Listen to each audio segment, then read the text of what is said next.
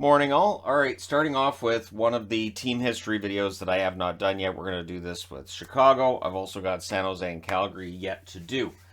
So looking at the Chicago Blackhawks, of course, their recent history, a lot of controversy in there.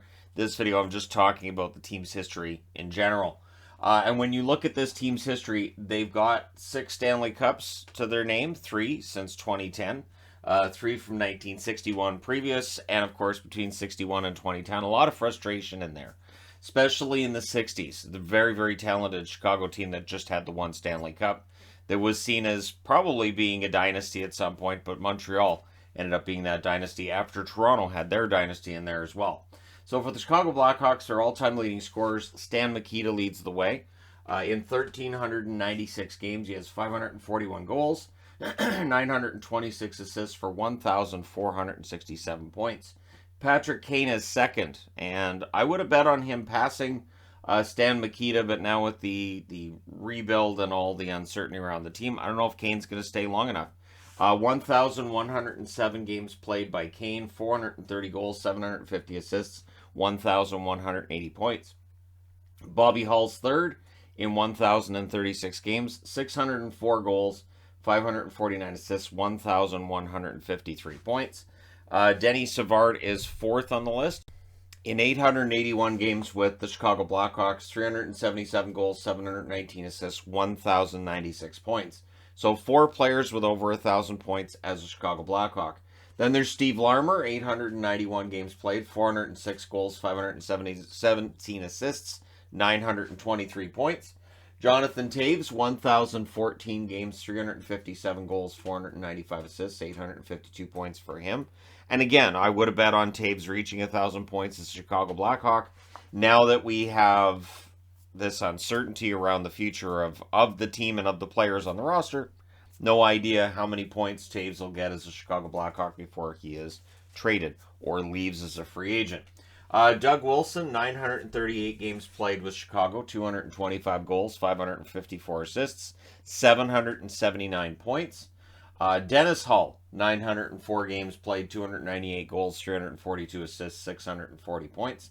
Pitt Martin is on the board, 740 games, 243 goals, 384 assists for 627 points.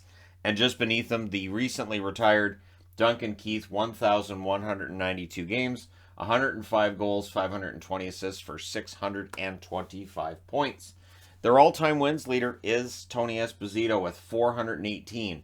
I'm going to go out on a limb and say that record's pretty safe. I don't think anybody's getting close to that anytime soon. Glenn Hall with 276. Corey Crawford had 260. Ed Belfour with 201.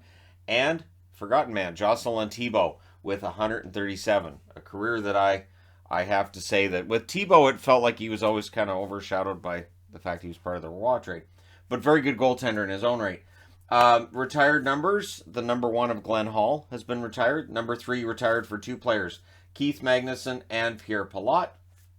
Number 9 is retired for Bobby Hull. Number 18 for Denis Savard. Number 21 for Stan Mikita. Number 35 for Tony Esposito. And number 81 for Marian Hossa, and of course, at some point, the numbers of Keith, Toews, and Kane very likely to be retired. That'll be a long list. And I'm just using those 3. There may end up being others from that 3-cup period that they end up deciding to retire the numbers of. So playoffs since the year 2000, and this was a team that went into a rebuild in part because it was badly run, right? So it was one of those things where they were a badly run team. They do the full-on rebuild, and then they figured it out, and they got better. 2002, they make the playoffs for the first time in a while. I mean, this goes back to 2000. 2002, they lose in the first round against St. Louis in 5. 2009, they get back into the playoffs after that long absence. They get all the way to the conference final where they lost in 5 against Detroit, and we could see they were going to be a Stanley Cup champion at some point. So 2010, they did win it. 2011, they lost in the first round against Vancouver in 7. 2012, they lost in 6 against the Phoenix Coyotes in the first round, which had people thinking, so they're just a one and done. No, 2013, they win the Stanley Cup a second time. 2014, they lost in the conference final in 7 games against LA in what was a great series. 2015, they win the Stanley Cup again, so that's 3 wins there. 2016, they lose in the first round against St. Louis in 7, and there's your pattern. They lost in the first round in 2017 against Nashville in 4. 2020, after upsetting Edmonton in the play-in round, Chicago lost in the first round against Vegas. That was 5 games. So, yeah, playoffs, 3 cups in there, and some first-round knockouts. So either they're out in the first round, or they're in the conference final, or they win the Stanley Cup. There's no, so they don't lose in the second round is basically what we're learning here. So their Stanley Cup years: 1934, 1938, 1961, 2010, 2013, as well as 2015. United Center has been their home arena since 1995, and it honestly has become one of the better known buildings in the NHL in an era where we don't really have a Boston Garden or Montreal Forum or anything like that. But I mean, United Center has some good atmosphere there and can be really loud when it's full.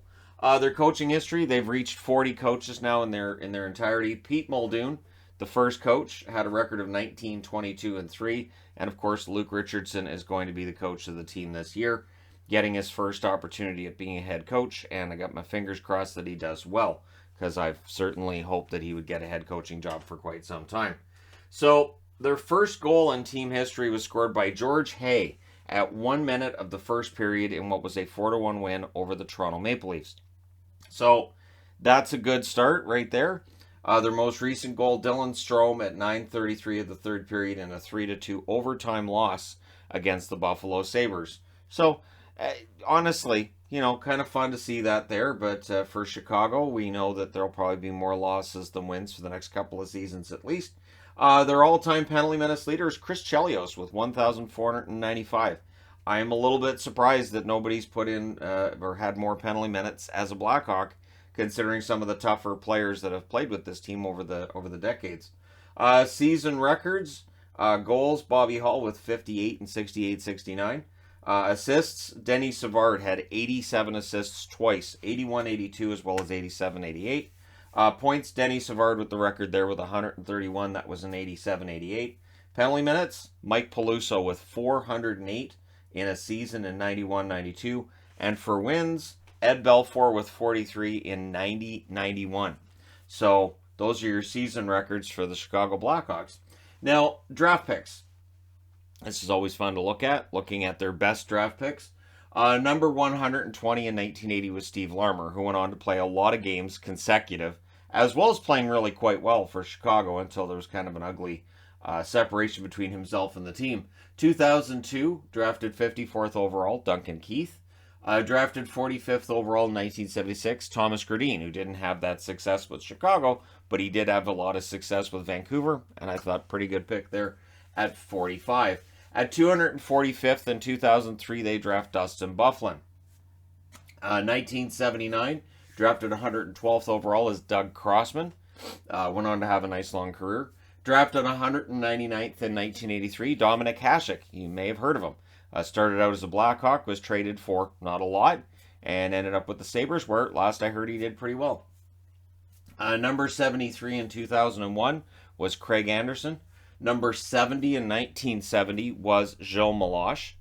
And of course, was Gilles Meloche, player that I've talked a lot about on this channel, and I have a rookie card for and all that fun stuff.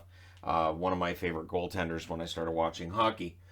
First round picks that played less than 100 games. There are a few. Starting in 1963 with Art Hampson, who does not play a game in the NHL.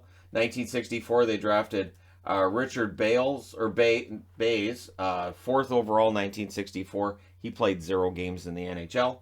1965, drafted 2nd was Andrew Culligan, who did not play a game in the NHL. Drafted 3rd overall in 1966, Terry Caffery, who played 14 games in the NHL. 1967, drafted 7th overall, Bob Tombari, does not play a game in the NHL. Number 12 overall in 1971 was Dan Spring, did not play a game in the NHL. Number 7 in 1975, Greg Vadic, who played 5 games in the National Hockey League. Number 18 in 1983 was Bruce Cassidy. Yes, that Bruce Cassidy played 36 games in the NHL. 1989, number 6 pick Adam Bennett played 69 games in the NHL. 1993 24th overall pick, Eric Lecomte, played 0 games in the National Hockey League. Number 19 in 1995, Dmitry Nabokov, played 55 games in the NHL. 1997 16th overall pick, Ty Jones, played 14 games in the NHL. In 2000, they draft 10th overall. They draft Mikhail Yakubov, who played 53 games in the NHL. They drafted 11th overall. They drafted Pavel Vorobiev, 57th overall. This was a period where they drafted a lot of Russian players and picked up. It did not work out very well for them. 2001, drafted 29th overall, was Adam Monroe, played 17 games. Number 11 overall in 2008 is Kyle Beach, who, of course, now we look at his career, he never actually played a game in the NHL. And with everything that went on with him, it is a shame he never did actually get to play a game in the National Hockey League. Number 18 in 2011 is Mark McNeil, who played a grand total of 2 games in the NHL. And any other draft pick they have since then who's played less than 100 games, I didn't put on the board because there's a very good chance they will reach that 100 game mark very, very soon. So the Chicago Blackhawks, a lot of work to be done for this organization in terms of public reputation, in terms of, building themselves back to being a Stanley Cup contender at some point over the coming years. And yeah, a lot of work. And so we'll see how things go for Chicago. Let me know your thoughts in the comment section below as always. Don't forget to hit like and subscribe if you're browsing your way through. You just happened upon this video.